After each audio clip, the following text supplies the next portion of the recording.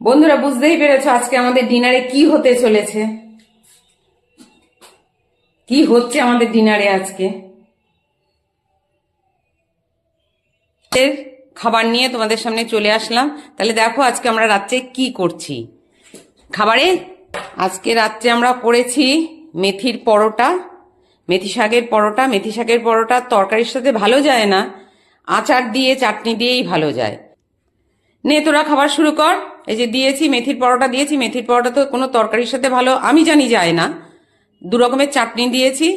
নে ওই চাটনিটাও ভালো লাগলে নিয়ে নে, নে খা। খাও খাও। অনেকবার খেয়েছো মেথির পরোটা, প্রত্যেকবার শীতেই আমি করি। গরম আছে, ভালোই গরম। আর আজকে প্রচন্ড ঠান্ডা পড়েছে না, আমার কাজ করতেই ভালো লাগে না রে, কেন জানি না। তিতো লাগছে কি? না না, তিতো লাগে। আচ্ছা খাও। ভালো হয়েছে। শীতকালে মেথির পরোটা, কড়াইশুটির কচুরি, পনির পরোটা, ফুলকপি দিয়েও পরোটা করা যায়, মূলো দিয়েও করা যায়। করতে পারলে তো ভালোই লাগে। খেয়ে নাও তাইলে, নিয়ে নিও। আর তার সাথে রেখেছি আজকে মিষ্টি হিসাবে জয়নগরের মোয়া। ভালো হয়েছে।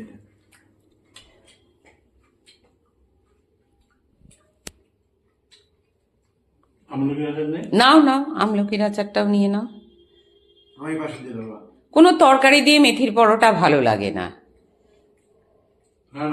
হ্যাঁ, আমি সকালেই মেথি শাকটাকে ধুয়ে বেছে রেখেছি, তারপরে নুন মাখিয়ে রেখেছি। ওর একটু তিতকুটে জল, হ্যাঁ জলটা যাতে চলে, হ্যাঁ তিতকুটেটা যাতে বেরিয়ে যায়, সেই জন্য নুন মাখিয়ে রেখেছিলাম।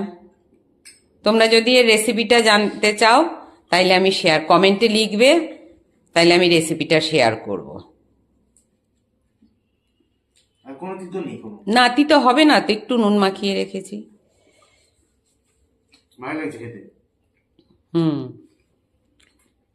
তোর দিদাকেও একদিন করে গিয়ে খাওয়াতে হবে, করে নিয়ে গিয়ে।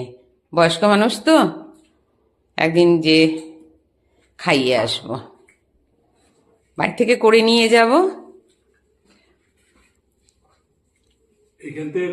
হ্যাঁ, এখান থেকে করে নিয়ে হটপটে করে নিয়ে যাব, খাইয়ে আসবো। গিয়ে আমি তো থাকতে পারি না।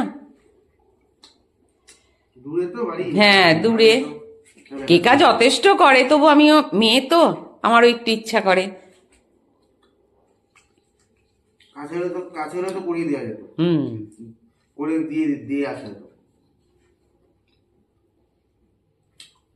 তাইলে খাও, লাগলে নিও।